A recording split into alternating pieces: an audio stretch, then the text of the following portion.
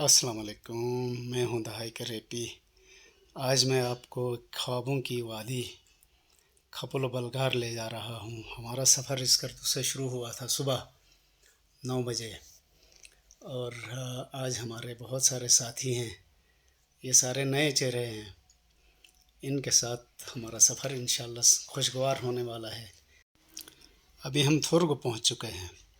थुर्ग की ख़ास बात यह है कि यहाँ लोग अक्सर बाहर आपको रोड पर बैठे हुए मिलेंगे। आप जिस वक्त भी सफ़र करें, यहाँ कुछ न कुछ लोग मौजूद होंगे। सर्दियों में ख़ास तौर पर धूप तापने के लिए बैठते हैं, गर्मियों में वक्त गुजारने के लिए अपने काम काज से फारिग होकर रोड के दाएं बाएं बैठ के ये अपनी गप्पें भी लगाते हैं, टाइम भी पास करते हैं।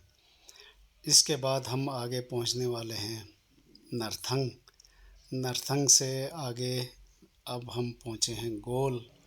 गोल बहुत खूबसूरत सा छोटा सा गांव है। यहाँ की ख़ास बात यह है कि देसी गोश्त वाफिर मकदार में साल भर मिलता है। इधर पूरे बल्तिस्तान से लोग गोश्त लेने यहाँ आते हैं, लेकिन यहाँ के कसाई भी बड़े मशहूर हैं।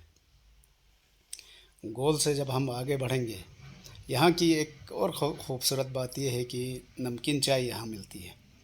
तो जो गिलगित बल्तिस्तान के लोगों की सबसे बड़ी अट्रैक्शन ये है कि वो नमकीन सब्ज़ चाय पीते हैं, जो यहाँ बड़ी क्वालिटी की मिलती है। इससे हम आगे बढ़ते हैं तो हमारे सामने दरियाए सिंध और दरियाए श्योक का मिलाप नज़र आता है। छुमदू कहते हैं इस जगह को।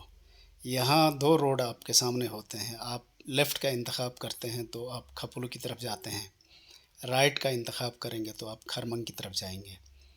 यही वो पॉइंट है जहाँ पर दरियाए सिंध और दरियाए श्योक आपस में मिल जाते हैं। फिर एक होकर दरियाए सिंध बनकर राइट साइड पर डाउन कंट्री की तरफ मुड़ते हैं ये। और इसके साथ आगे जो सबसे पहला गांव खपुल वैली का नज़र आता है वो केरस है। केरस बहुत बड़ा गांव है, और केरस के बाद आगे फिर ग्वाड़ी शुरू होता है। ग्वाड़ी के बाद युगू, युगू के बाद खरफक, खरफक के बाद फिर आप पहुंचते हैं आगे डगोनी बलगार। अगर आप राइट की तरफ मुड़ेंगे, पुल क्रॉस करना पड़ेगा तो आप डगोनी पहुंचेंगे। उससे थोड़ा और आगे जाएंगे तो आप बलगार और थले वैली का मुश्तरका पोर्शन है, उधर पहुंचेंगे। ये ग्वाड़ी का इलाका है, बहुत मशहूर जगह है। यहाँ सफ़ेदे कतार अंदर कतार आपका इंतज़ार करते हैं। गर्मियों में बड़ा खूबसूरत सीन बनता है ये। इस साल यहाँ के सफ़ेदों पर पत्ते ज़रा कम हैं, और उसकी वजह समझ नहीं आई है। हालांकि अभी गर्मियों का सीज़न चल रहा है, इस वक्त ये हरे भरे होते थे। बहुत मज़े का सीन है ये। और ग्वाड़ी डिस्ट्रिक्ट गांचे का सबसे बड़ा गांव है, काफ़ी बड़े रकबे पर फैला हुआ है। और ये बल्तिस्तान भर में वाहिद जगह है जहाँ दरियाए सिंध का पानी आबपाशी के लिए इस्तेमाल होता है, वरना पूरे गिलगित बल्तिस्तान में दरिया नीचे से चुपचाप गुज़र जाता है। लोग और ज़मीनें तमाशा देखते हैं। ये बलगार से जस्ट पहले एक दास या थंग था, डिज़र्टेड एरिया। इसको इस साल इरिगेट किया गया है, कहीं से चैनल ला के इस ज़रख़ेज़ ज़मीन को आबाद किया गया है, और यहाँ की का मंज़र ही बदल गया है। पहले ये खुश्क सहरा था, अब इसमें लहलहाते खेत हैं, दरख्त उगने लगे हैं।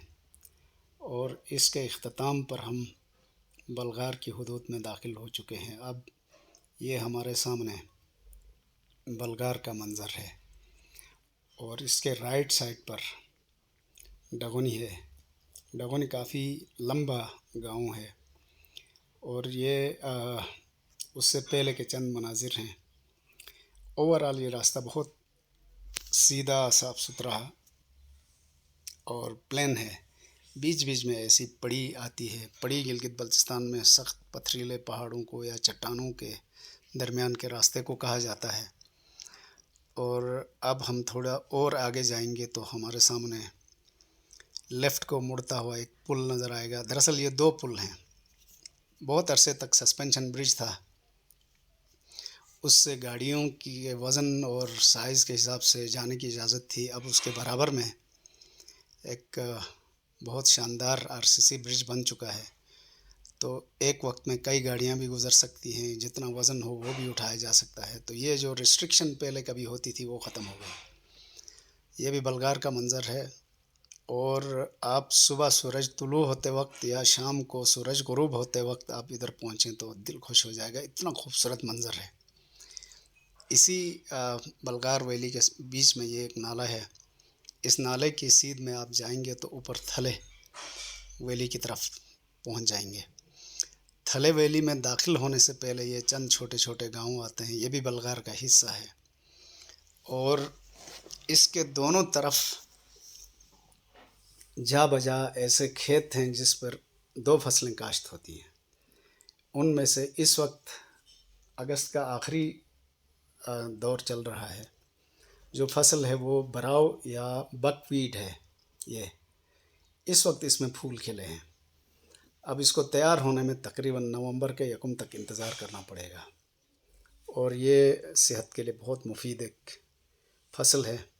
یہاں کے لوگ اس کو بہت شوق سے اس کو کھاتے ہیں، اور اس وقت گھاس کٹائی کا سیزن بھی ہے، تو ہر طرف آپ کو لوگ اپنی پیٹھ پر، ریڑیوں پر، جانوروں پر، گاڑیوں پر گھاس لاد کے جاتے ہوئے نظر آئیں گے۔ یہ دیکھیں، اب اس روڈ کے دونوں طرف باجرہ بھی کہہ سکتے ہیں اس کو، لیکن بکویڈ یا براؤ ہے، اس کے لہلہاتے کھیت نظر آتے ہیں، بہت پیارا منظر ہے۔ اور ان سارے مناظر کو کراس کر کے جب آگے تھلے ویلی میں پہنچتے ہیں تو آپ کا لطف دوبالا ہو جاتا ہے، اتنی خوبصورت ویلی ہے تھلے کی، اور راستہ بھی اتنا خطرناک نہیں ہے، ورنہ عموماً گلگت بلتستان کی ساری ایسی وادیوں کے راستے بڑے خوفناک ہوا کرتے ہیں، بندہ چلتے ہوئے ڈرتا ہے۔ تو یہ دیکھیے، ایک طرف باجرہ ہے، ایک طرف آلو کی فصل ہے، ایک طرف بکویٹ، کیا کمبینیشن ہے۔ اور یہ کدو کے پودے ہیں جنہوں نے روڈ پر بھی انکروچمنٹ کرنے کی کوشش کی ہے۔ تو اس کے ساتھ ہی ہم اپنے سفر کے اختتامی مراحل میں پہنچ چکے ہیں۔ یہاں سے آگے کی جو ویڈیوز ہیں وہ میں نے الگ بنا کے آپ کے لیے اپلوڈ